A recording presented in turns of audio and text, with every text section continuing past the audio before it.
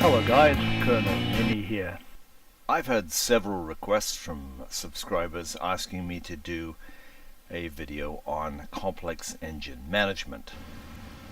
In the game I usually fly the BF-109 in automatic mode, which is without the complex engine management in place.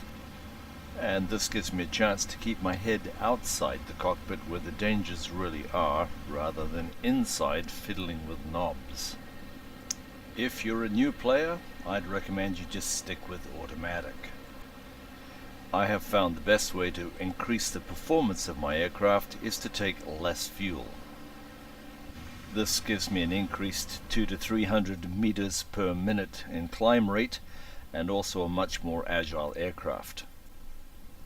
However, my hat is off to anyone who wants to be a purist and seeks the greatest realism in the game. The intricacies of complex engine management have already been well covered in other tutorials and guides. I will leave links to these in the description as we discuss them throughout the video. Undoubtedly, the most outstanding piece of work has been done by Chuck Owl. Chuck has put together Chuck's aircraft guides, which are 200 or 300 pages of very detailed instructions about engine management and other aspects of flying these aircraft. In this video, I'm going to go through Chuck's guide and pick out the pertinent parts to do with engine management. We're also going to look at variable pitch propellers and settings, much of which will be done much better than I can do it by Requiem. But the first question is, what are complex engine management systems? Well, first of all, we have the engine which drives the propeller. In certain situations, the propeller can actually drive the engine. In a dive, for example, the airflow past the propeller may actually wind the engine up. So we have to learn how to use the propeller pitch and the RPM in unison to get the best performance. And the harder the engine is working, the hotter it's going to get.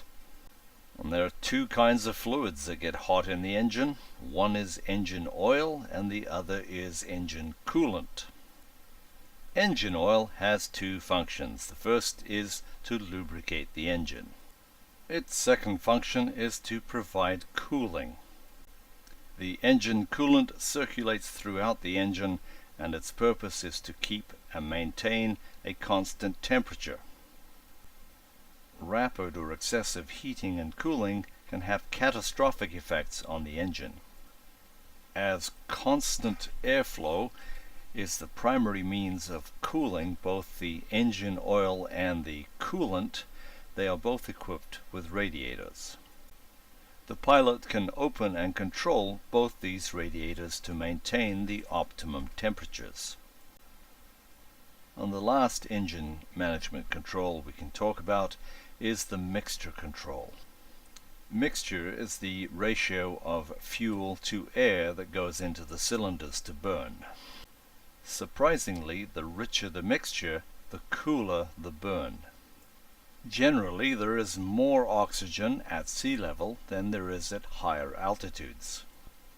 So we would use a rich mixture setting at low altitudes and start to bring the mixture setting back to lean as we go to higher altitudes. Doing so ensures that we have the best oxygen to fuel ratio through all altitudes. Good mixture control management will help you to control the temperature of the engine at the source. I've been flying this Heinkel bomber at full power for too long, and as you can see, all the temperatures are way over the limit.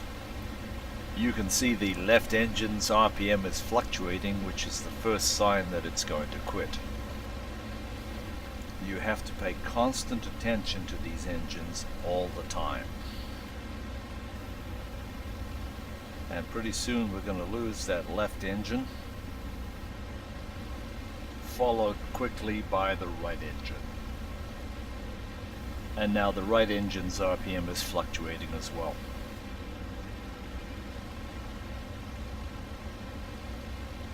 There goes the left.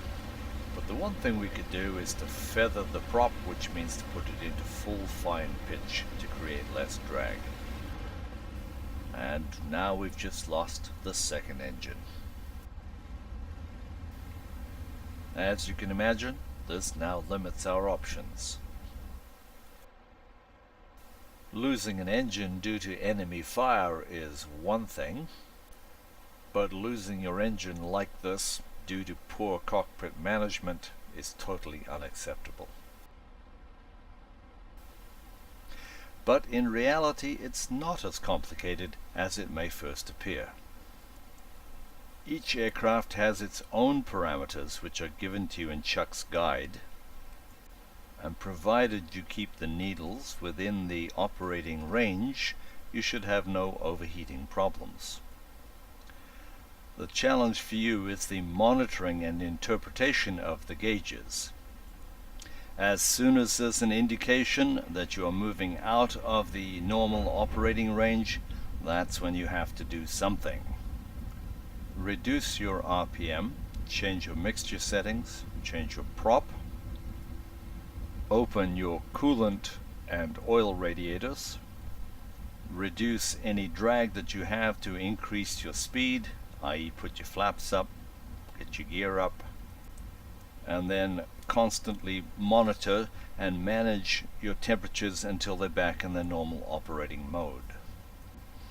Oh, and by the way, don't forget to navigate and keep your eye out for hostile aircraft while you're doing all this. Meanwhile, our soon-to-be demoted Heinkel pilot has been lucky enough to find himself an airfield and land his aircraft. So thanks for watching, guys. Chuck's guide has the aircraft you want to fly and all the details and specifications. It's the best place to start, but the community has a lot of different forums on this complex engine management. If you've enjoyed this video, found it helpful, please like it or subscribe. Or if there's another topic you'd like me to cover, please